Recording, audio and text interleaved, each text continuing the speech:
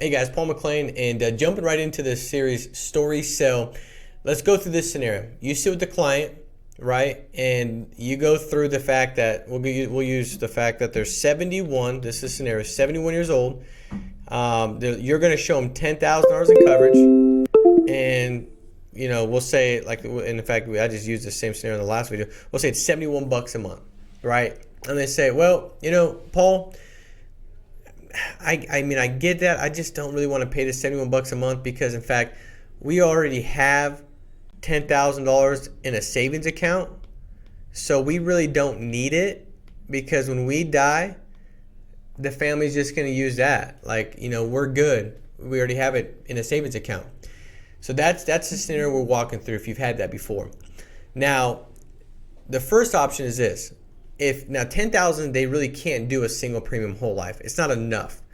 If it was like 20,000, I'd be talking about doing a $20,000 single premium whole life, and I'd be explaining the fact that if they put $20,000 lump sum with the carrier, they could give them like 30,000, and they make no payment at all. So if you could just reposition the funds and lock in a larger benefit to leave to your family, obviously it's a no-brainer. So I'd say, so is that 20 grand solely used?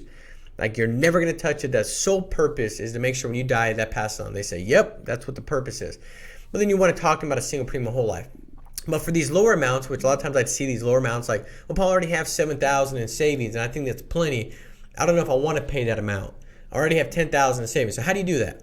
So I tell them this. I say, now listen, Bob and Mary. So the 10,000 in savings, and usually it'd be like a single, parent that's talking about leaving this for the kids when they pass away to cover the expenses. So I'd say, the 10,000, fair to assume when you die, like that's your life insurance, like you're self-insured. Your goal is just to leave that to the kids so you don't have that burden. Like you're not going to touch that money for any reason, or is it possible you decide to take it all out and go buy a new Honda Civic? Now, by the way, I say that intentionally because I don't want them at this point in time to say, no, I might take it out here and there, but it'll be all right. I want them to say like, no, I'm really not going to take it out. So I use an obscured analogy, like you're not going to go just take that all out and go buy a new Honda Civic. Same thing I do with seniors with a big mortgage, and I'm trying to go through how they don't need a lot of coverage. So you're probably not going to just go out and buy a new Ferrari tomorrow. Like your income is your income. It's always going to be about the same, right? So you know what is disposable cash. You know what is sustainable. So I throw that in there. Now and they say, no, yeah, we're just going to use that to pass it on when I die. Then I said, got it, Eddie. I said, now listen, I've got a lot of clients in that same situation as you. For when I'm grouping them in, I'm using that herd concept to make them feel like, it's just not me, right? Because I'm going to walk them through like what really, and it's the truth, all my clients in this situation, they end up doing. So I say, the 71 bucks a month, you got 10,000 in savings. Because you're in good health, and good health can be relative. As long as they don't have like cancer currently, I mean, they could have had a heart attack 3 years ago.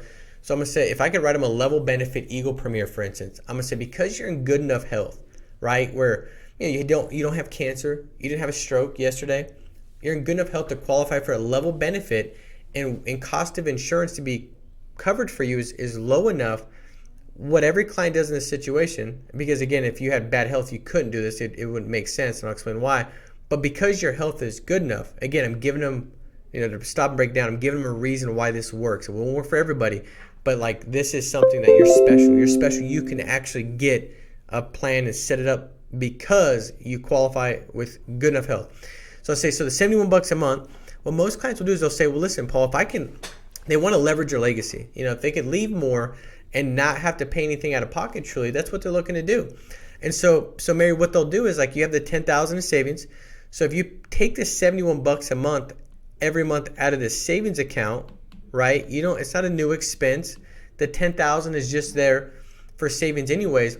What happens is, God forbid, let's just say you died in the first month, you've now got a total of $20,000 in protection. So what you did, and you didn't have to come out of pocket or anything, you just repositioned the savings, which is really your self put together life insurance plan. You reposition it, so now you got 20. You say, so what if I die in say 5 years? Well, in 5 years, if you do 71 times 12 times 5, that's 4,000 $260. So now you take, $10,000 and you minus the $4,260 that you paid in over 5 years. So if you died at the 5-year mark, and you subtract that from 10,000, you got 5,740 in there still. What does that mean? Well, even if you died close to your 80s, you got 5,740.